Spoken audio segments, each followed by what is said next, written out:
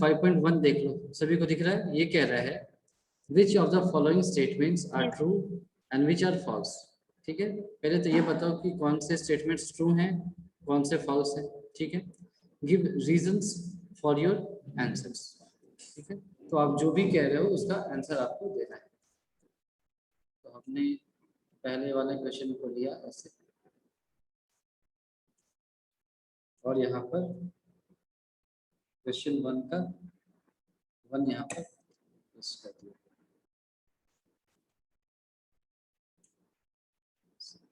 Only one can, sorry, क्या है ये? Only one line can pass through a single point. ये बताओ, ये False. false होगा? False. चलो, Yes. इसका सॉल्यूशन हमने पहले लिखा कि ये क्या है, false है। भाई देख लो सभी, क्या कह रहा है? ये कह रहा है कि एक पॉइंट दे रखा है, यहाँ से केवल एक ही लाइन पास हो सकती है। ऐसा होता है क्या? बताओ। No, sir. क्यों? Sir. क्या गलती है इसमें? Sir, infinite lines पास हो सकते हैं। तो उसमें आप ऐसा ही लिखोगे, फॉल्स है। क्यों? Infinite lines can pass through a point. ठीक है, याद रहेगा सभी को ये बात है ना? ये हमारा Yes, sir. आंसर हो गया ना, एक पॉइंट से इनफाइनाइट लाइन्स पास हो सकते हैं। ठीक है, चलो अब क्वेश्चन 2 को देखते हैं। Question 2 in the sense second part को देखते हैं।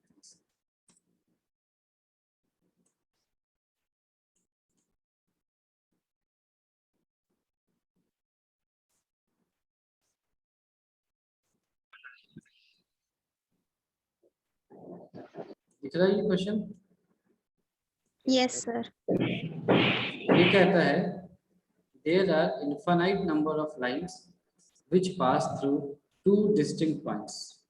तो आप, है ना, आपको ये कह रहा है कि भाई 2 पॉइंट्स दे दिए और यहाँ से infinite number of lines pass होंगे, ऐसा कह रहा है। ऐसा होता है क्या? No, sir.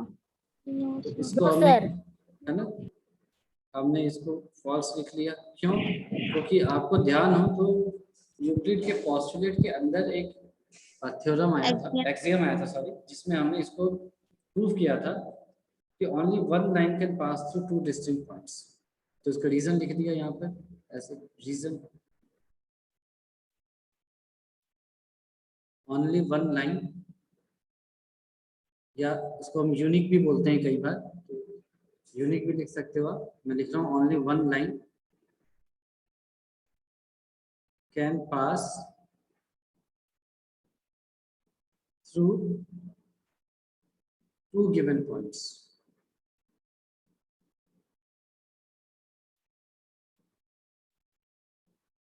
चलो ठीक है, ये समझ में आ गया यहाँ तक? Yes, sir. है ना? आसान है ये। तो फिर ऐसे ही करके थर्ड पार्ट भी इसका ले लिया, है ना। थर्ड पार्ट क्या कहता है, देखो इसको पेस्ट कर लिया इधर।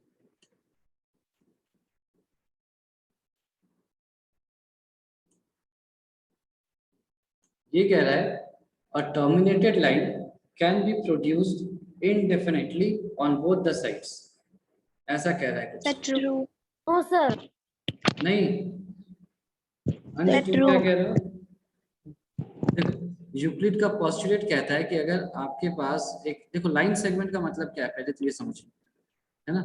टर्मिनेटेड लाइन का मतलब क्या हो गया? लाइन सेगमेंट, यानी उसके एंड को फिक्स कर दिया।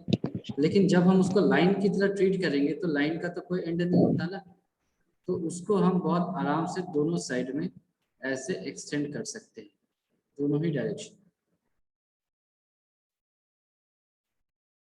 याद रहेगा?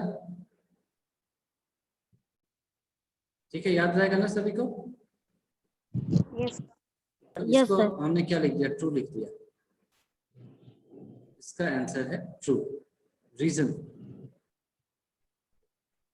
रीजन में क्या लिख दोगे आप? As per Euclid's postulate,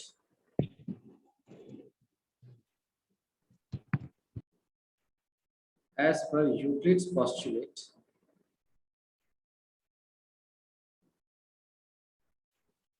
terminated line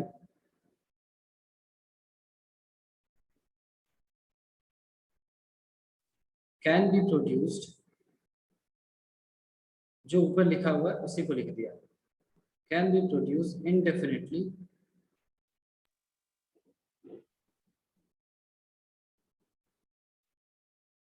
on both the sides. ठीक है,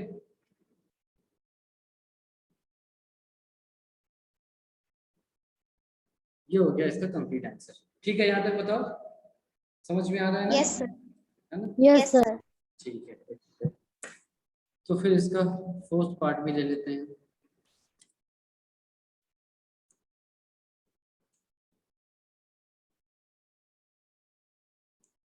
फोर्थ पार्ट तो सबसे ज्यादा आसान है।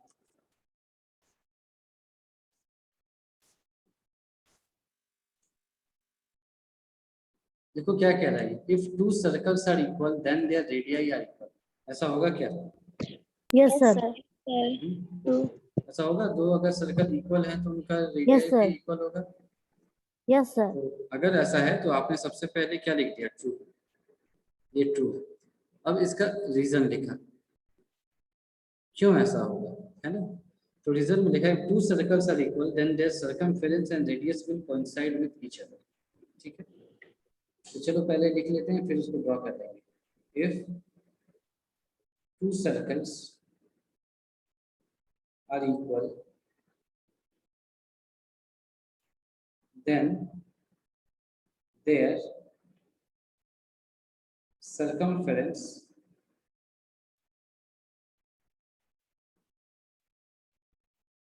and radius will coincide with each other।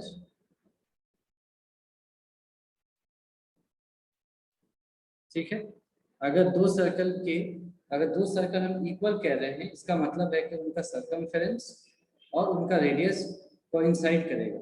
ठीक है, तो आप कह सकते हो इससे क्या होगा, तो इससे ये होगा कि जो हमने पढ़ा था कि and things which coincide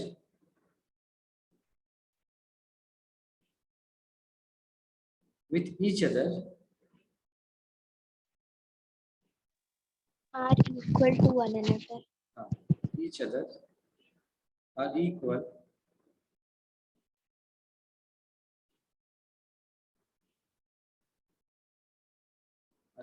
to one another। ठीक है ना? Yes sir.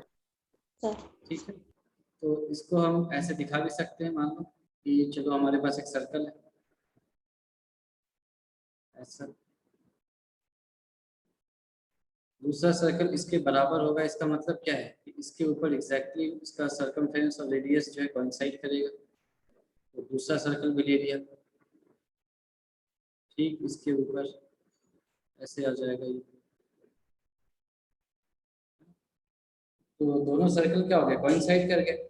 और जो भी चीजें एक के ऊपर एक कोइंसाइड करती हैं वो इक्वल होती है, हमें ऑलरेडी पता है। तो यहाँ से हमने बता दिया कि दोनों सर्कल क्या है, इक्वल। ठीक है, ये समझ में आ गया? Yes yes sir. चलो अब लास्ट पार्ट इसका ले लिया।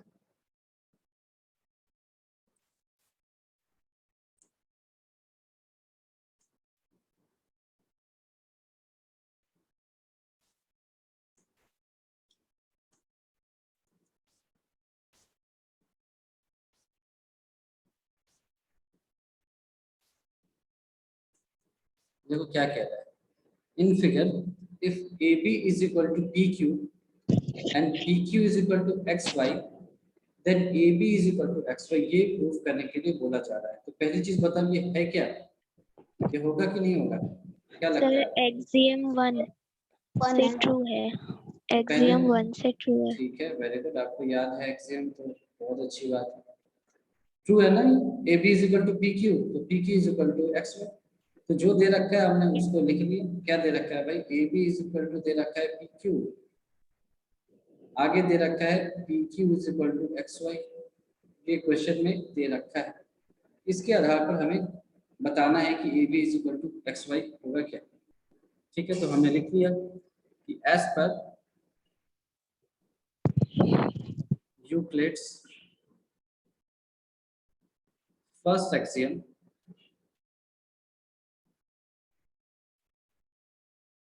things which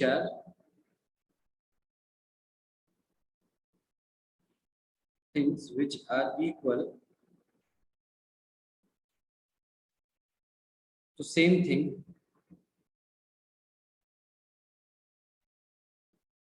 are equal to one another.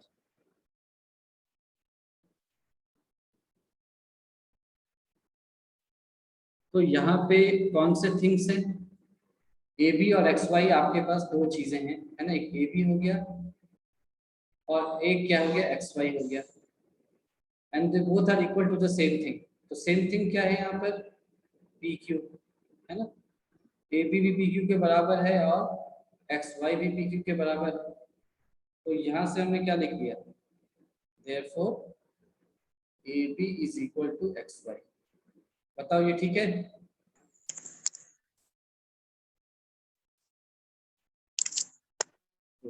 यहाँ तो ठीक है, ये प्रूफ समझ में आया। हेलो, यहाँ तक किसी को डाउट है, किसी को कंफ्यूजन है पहले पार्ट में? No sir. नहीं है ना? No sir. चलो नहीं है तो फिर क्वेश्चन नंबर 2 के कितने पार्ट है इसमें, पहले पार्ट में चलते हैं। देखो देखो इसको पढ़ो पहले, क्या कह रहा है, give a definition for each of the following terms. यानी आपको 5 टर्म्स दे रखा है, सबको आपको डिफाइन करना है पहले तो, ठीक है। उसके बाद कह रहा है are there other terms that need to be defined first. यानी कि क्या ऐसी कोई चीज है या ऐसा कोई टर्म है या ऐसा कोई कॉन्सेप्ट है जिसको हमको पहले डिफाइन करना चाहिए इस चीज को डिफाइन करने के लिए। यानी कि अगर मैं तुमसे कहूँ पैरेललाइज को डिफाइन करो, तो ये पूछ रहा है कि क्या ऐसी कोई चीज है जिसको हम पहले डिफाइन करते हैं तब हमें पैरेललाइज क्या है ये समझ में आए। समझ में आया क्वेश्चन? Yes sir. है ना, जैसे मान लो मैं कह रहा हूँ कि पैरेलल लाइंस को डिफाइन करो, तो आपको अगर लाइंस ही नहीं पता है तो पैरेलल लाइंस कैसे डिफाइन कर पाओगे? तो आपको पहले लाइंस के बारे में बात करनी होगी, तभी तो पैरेलल लाइन समझ में आएगी। तो ये वही कह रहा है, yes. Give a definition for each of the following terms, are there other terms that need to be defined first, what are they and how might you define them. ठीक है, तो पहला ले लिया क्वेश्चन नंबर 2, और उसका जो first part है वो है आपका पैरेलल लाइंस। ठीक है, तो पैरेलल लाइंस तो सबने मेरे ख्याल से देखी होंगी। ऐसे कुछ होता है, मान लो ये है लाइन L1 और ये है लाइन L2, ऐसे करके, और इनके बीच का जो डिस्टेंस होगा वो क्या होगा, हमेशा कांस्टेंट रहेगा, इक्वल होगा। है ना, सेम रहेगा। यही पढ़ा है ना आपने पैरेलल लाइंस, इसी को बोलते हो ना अभी तक। Yes sir. चलो, तो इसी चीज को हमने लिख लिया, इफ perpendicular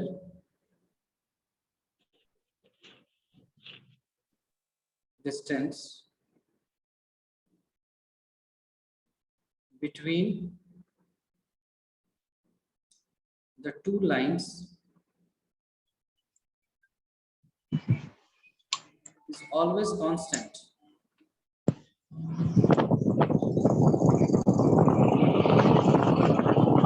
अनुभव माइक को ऑफ करो। If perpendicular distance between the two lines is always constant, then they are called parallel lines.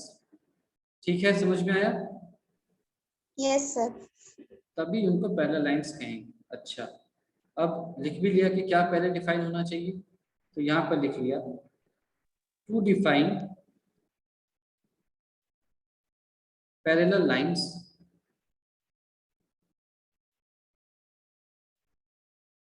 first we have to define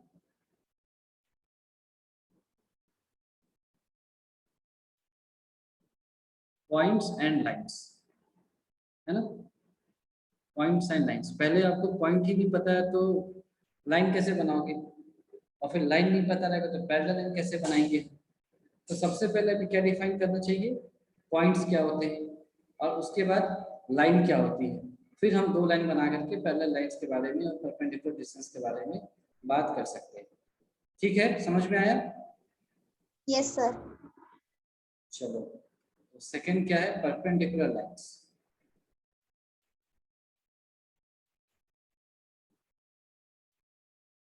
perpendicular lines, तो परपेंडिकुलर लाइंस के बारे में क्या जानते हो आप? Perpendicular line that intersect at right angle ठीक है, 90 यानी डिग्री। कि अगर मेरा ये लाइन है L1 ऐसे, दूसरा एक लाइन है मान लो L2 है ऐसे,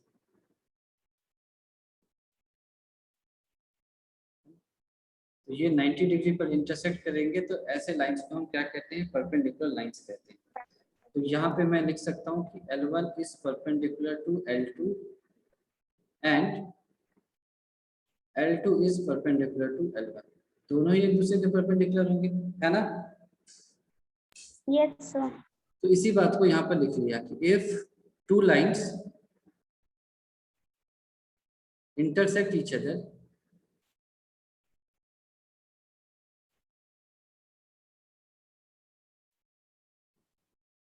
at right angles,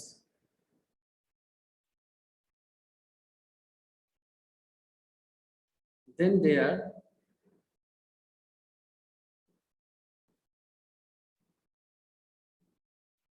said to be perpendicular to each other, or said to be perpendicular lines.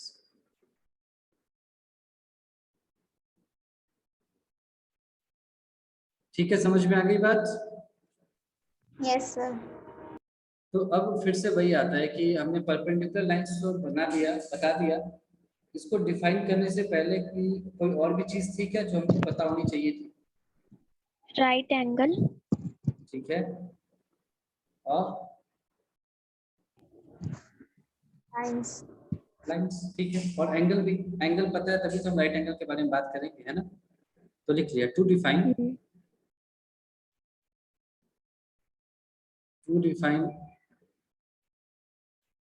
perpendicular lines, first we have to define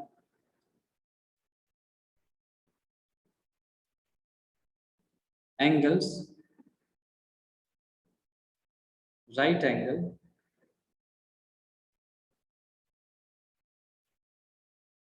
and lines। यहां तक किसी को डाउट है बताओ?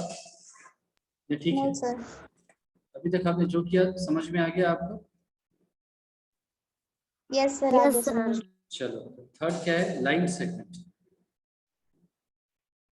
मैं जैसे जैसे लिख रहा हूँ आपको एग्जाम में अगर आता है तो ऐसे ही लिखना है ना, इसीलिए मैं बहुत ही आराम से इस चैप्टर को डील कर रहा हूँ, क्योंकि ये चैप्टर थोड़ा सा ज्यादा थ्योरेटिकल है। ठीक है,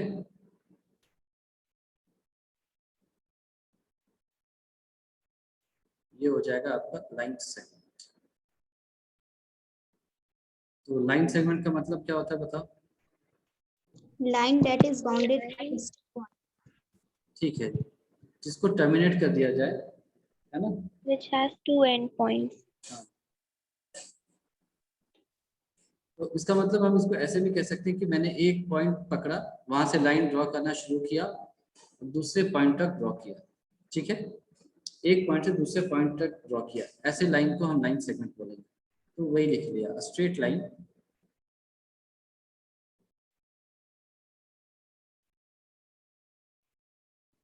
a straight line drawn from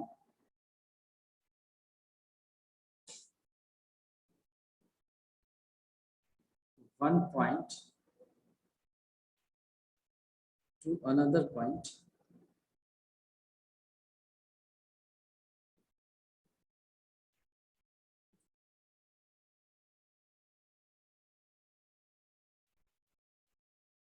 is called a line segment।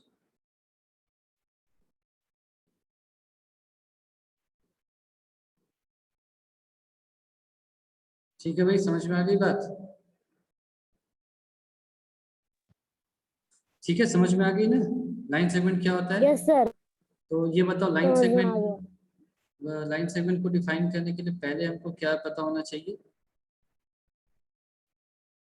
Line. The points. The point points. और Yes, the है ना, points. दोनों दोनों, लाइन भी पता होना चाहिए, पॉइंट भी पता होना चाहिए। ठीक है, इसको यहाँ पर वही लिख दिया। First we will have to define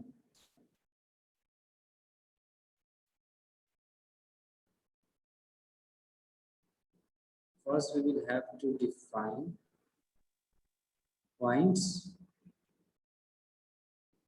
and lines। ठीक है, तो फिर Yes हम sir. फोर्थ पार्ट पे आते हैं। ये क्या कह रहा है? ये है radius of a circle. Radius of a circle, तो रेडियस ऑफ अ सर्कल क्या होता है बताओ? The distance from the center of the circle to circumference of the circle. ठीक है, ये मेरा सेंटर है और हमने इससे कांस्टेंट डिस्टेंस पर मूव करना शुरू किया, जो फिगर आया वही हो गया सर्कल। इस डिस्टेंस Yes, को sir. हमने बोल दिया ये सी मान लिया, मान लो इसको ए मान लिया, इसको हमने रेडियस बोल दिया। ठीक है, ये होता है ना? Yes sir. ठीक है, तो इसको Yes फिर sir. लिख Yes, लिया sir. है ना, इसको ऐसे लिख लिया। The distance between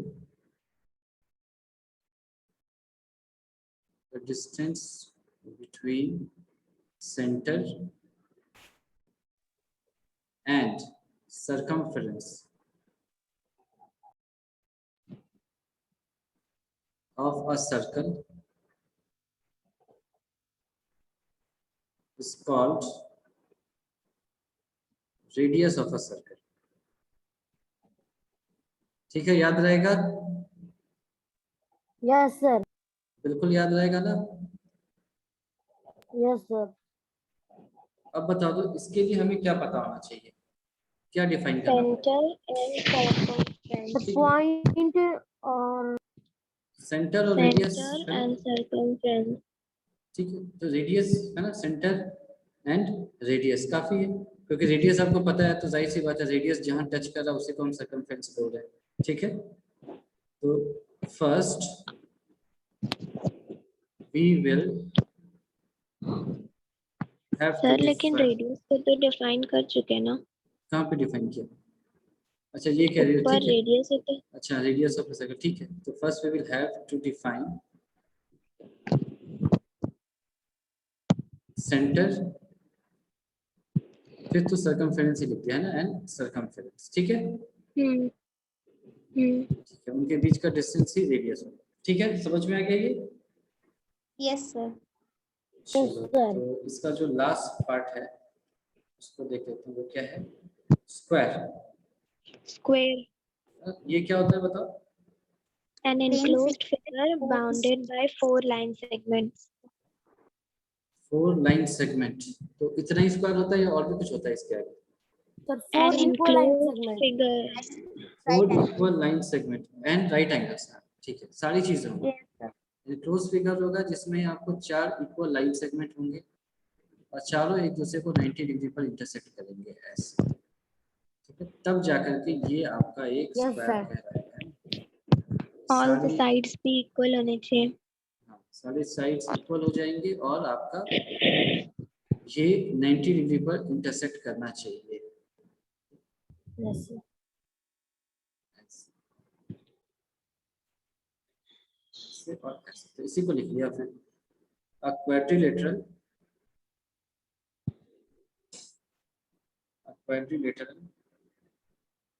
having all sides of equal length, all sides of equal length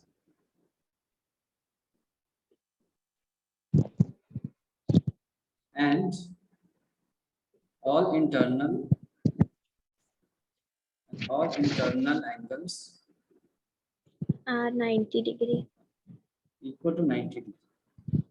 ठीक है, स्ट्रेट फॉरवर्ड है ये डेफिनेशन। ठीक है, तो फिर अब बता दो Yes, sir. इसमें आपको पहले क्या पता होना चाहिए इसको डिफाइन करने के लिए?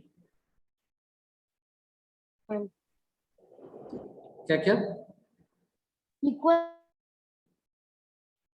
सॉरी, quadrilateral, ठीक है, और angle. क्वाड्रिलेटरल, एंगल और Right Equal angle. line segment. यानी लाइन भी आपको डिफाइन करना पड़ेगा, है ना। फर्स्ट वी विल, ऐसा कुछ नहीं कि जो मैं लिख रहा हूँ केवल वही आंसर होगा या उतना ही होगा, है ना। हम एक जनरल सी आइडिया दे रहे हैं ना, ऐसा नहीं है कि जो लिखा हुआ है वही वही लिखना है आपको, आप एक तो चीज मिस नहीं कर सकते, ऐसा नहीं है ना। मैं तो अपने हिसाब से लिख रहा हूँ। First we will have to define, तो हमने लिख लिया पहले तो एक एंगल, मुझे याद आया तो मैंने एंगल लिख लिया। फिर मुझे याद आया राइट एंगल, तो राइट एंगल लिख लिया। फिर मुझे लाइन याद आया तो मैंने लाइन लिख दिया। फिर क्वाड्रिलेटरल याद आया तो क्वाड्रिलेटरल लिख दिया। आप कहो कि क्या मैं पॉइंट भी लिख सकता हूँ? बिल्कुल, क्यों? क्योंकि दोनों इंटरसेक्ट कर रहे हैं पॉइंट पर ना, पॉइंट डी, पॉइंट Yes. सी का पॉइंट भी लिख सकते हो। तो ऐसा नहीं है कि सिर्फ इतना ही होगा, है ना। ये तो एक रफ आइडिया है ना, ऐसे लिखते हैं, ठीक है। समझ में आ गया ये? Yes, sir. Yes, तो sir. फिर क्वेश्चन नंबर 3 जो है उसको हम कर लेंगे, है ना, क्योंकि इसके और कितने पार्ट्स हैं? 3 4 5 6 7। तो कल और परसों हम ये 5.1 कंप्लीट कर लेंगे मेरे ख्याल से। हाँ बोलो, तो कुछ बोल रहा था क्या? No, sir. अच्छा, तो मैं कह रहा था कि कल और परसों हम लोग 5.1 को कंप्लीट कर लेंगे, मतलब वेडनेसडे तक, और प्रोबेबली फ्राइडे तक हम इस चैप्टर को भी कंप्लीट कर लेंगे, क्योंकि बहुत ही छोटा सा चैप्टर है। उसके बाद सिर्फ एक एक्सरसाइज बचती है 5.2, उसमें केवल मेरे ख्याल से 1 या 2 क्वेश्चन है ऐसे बेसिक से क्वेश्चन। Sir, 2 question है. sir 2 है। हम पहले दिन मतलब थोड़ा समझेंगे एक्सरसाइज क्या है, और अगले दिन 2 क्वेश्चन को खत्म कर देंगे, ये खत्म हो जाएगा। फिर मेरे ख्याल से हम लोग काफी आगे हैं। बाकी सेक्शंस में क्या चल रहा है आपको पता है? कहाँ तक है? No, sir. No, sir. नहीं पता? No, sir. ठीक है, फिर हम देखते हैं क्या करना, आगे बढ़ना है।